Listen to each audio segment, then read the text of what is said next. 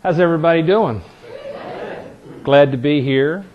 You know, when I lived in Radford, there wasn't anything like this. This is wonderful. We all get to tell each other what we do and hopefully help people that need us. When I was a kid, my mother said that when we went to the dime store, she used to send me over to the toy section, and she said that I could have a toy. It wasn't long before I realized that all the good toys were on the top shelf of the gondolas. And when I was younger, I didn't realize what I could do. But when I got old enough, I climbed up on that first gondola, and I wanted to get at the cat pistols and the expensive stuff on the top shelf. And Mom said, well, that was champagne taste on a beer budget. And basically, I am a stuffed person. And it's a sickness. Does anybody else in here collect antiques? You know what I'm talking about, you know. I've been in a 12-step program my whole life. But the challenge is to be a stuffed person in my business and translate that into something where you help people with their stuff. Most houses that we go in have less than $10,000 worth of stuff in them.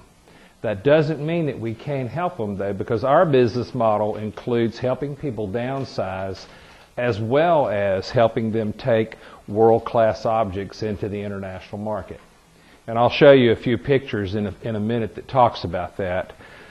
I am an appraiser on Antiques Roadshow. I've been doing that for 18 years. And the reason I got on there was they asked me to help out with the southern venues. They called me up one day and they said, we want you to come to Durham, North Carolina, and we want you to do free appraisals all day at your expense.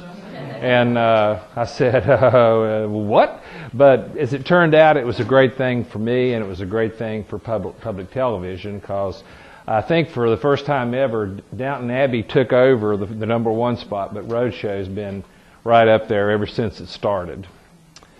So, if you wanted to come to Roadshow, we could talk about that sometime. We do seminars at the auction house at least once a month, and we talk about different things. We had our book specialist talk last time. But let's go back to the downsize thing for a minute, and let's talk about how the average person has a house full of stuff, but they may have one thing that would be worthwhile to take and do something with. And irregardless, there's always something in there of value. We had a sale a week ago last Wednesday, and I'm going to show you something at the end of this that brought almost $50,000. And I'm going to show you, and I can't show you this, but we actually sold box lots for $10 at the same auction.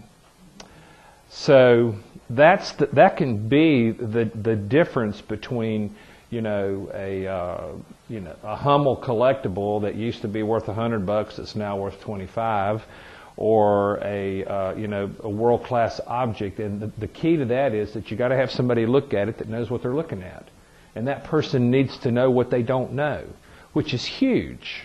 I've been doing this for 40 years, and every day I see something that I don't know what it is, or I don't know what it's worth, or I need to ask somebody what it is. Our location is right diagonally behind Whole Foods, or Whole Paycheck as one of my employees calls it. We're right across from the Hampton Inn. And the reason I'm in Charlottesville is because 2 years ago, Preservation Virginia wanted me to do a deaccession sale for them. A museum deaccession means they're selling stuff they've had that they no longer fits in with their, whatever they're doing. And I also had this clock that I needed to sell. And Preservation Virginia told me I couldn't have the sale in Radford. So I call up Harlow Powell and I say, can I rent your gallery this fall to sell things for Preservation Virginia, because they wanted me to do it in Richmond or Charlottesville. Down in Southwest Virginia, we are somewhat resentful of the fact that a lot of people think culture ends at Charlottesville. But I can assure you that it doesn't. But that was the mindset I was faced with. And so I called Norman and Pat up. I said, I need to rent your business. And they said, well, why don't you just buy us?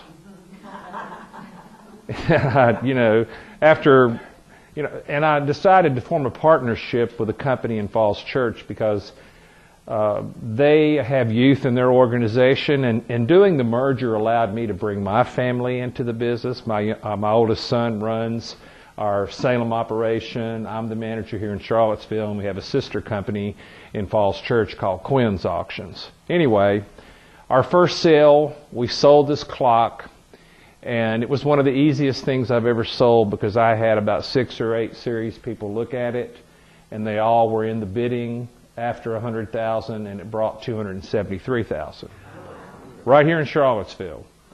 One of the things that I find is that because I'm on Antiques Roadshow, everybody thinks we only sell expensive stuff, and it's like this secret that is not a secret, because I'm speaking at the design house next week about how to furnish your home on a budget at an auction. Last Monday night, when I sold the $50,000 object, we sold a great bow-front English chest of drawers, nice mahogany veneer on the front, the original feet, drawers work like a charm, for $700. Go to Pottery Barn.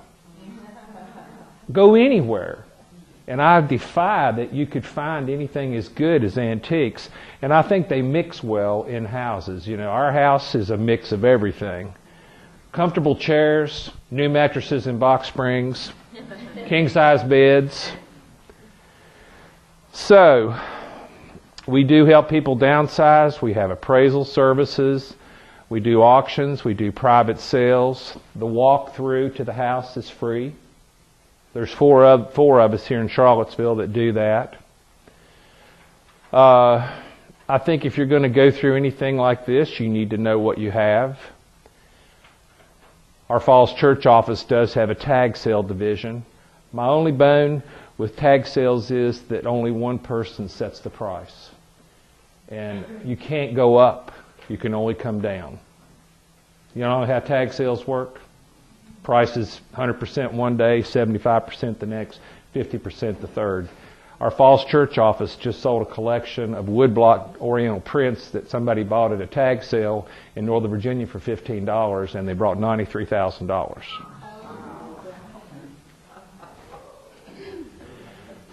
Sometimes we'll do a private sale. Some of the most expensive things I've sold have been privately, because sometimes somebody doesn't want the visibility. I refer things to Christie's and Sotheby's. I send things to London. It just depends on the objects and where I think they'll sell best. I am not one of those guys who thinks, that I'm running around with the hammer and everything is a nail. And most importantly of all, everything we sell is on the internet. It doesn't matter if it's a box lot or if it's a world-class object, because the days of having your sale limited to the people that walk in the room are no longer with us. You are not doing a good service to your clients if the only people that see it are the ones that read an ad in the newspaper or walk in the door. That's too limiting. And the other thing is that I think there's so many things out there now that nobody really knows what they're worth till they sell them.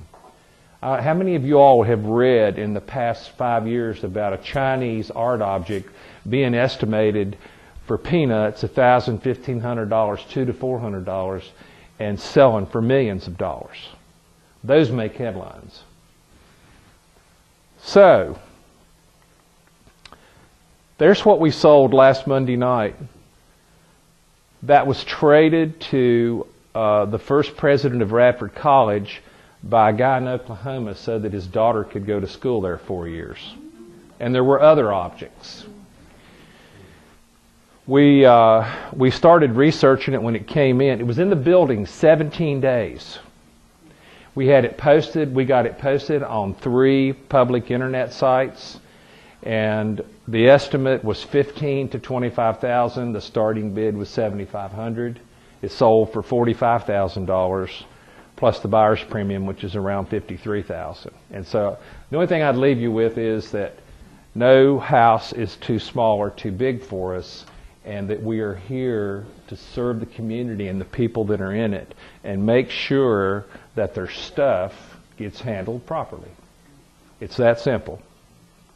Any questions? Yes, ma'am. How much to charge someone for your services? It's pretty simple. Our fees are based on the value of the objects. If we do a house clean out and we take the pots and pans out and we take things to charity and do all that stuff, the commission for anything under $200 is 35%.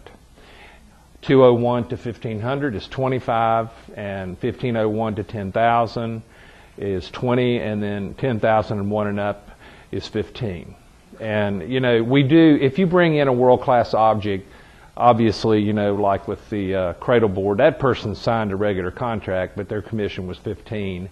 But on the clock, for instance, the commission on that was 10%. Usually, at 50 or 100,000, you talk turkey, but it's very labor intensive, as you know. If anybody's ever cleaned out a house, nobody in here, I'm sure, has ever cleaned out a house or filled a dumpster or all that stuff. So it's more cost intensive on the low end for things. But if you have property that goes up in value, we reduce the commission accordingly. And the other thing is, in the auction business, remember that there's always a buyer's premium. That is money that does not go to the seller, that's part of the purchase price, goes to the auctioneer, and the average of that is 15%. But it doesn't cost the seller anything. It's additional income to the auction company. And it compares favorably with most people that do that, because most downsizers, I talked to a lady from Richmond yesterday, she charges 35% plus expenses, 40% for tag sales. It just depends. eBay stores usually charge 40 or 50%, so it just depends on the value.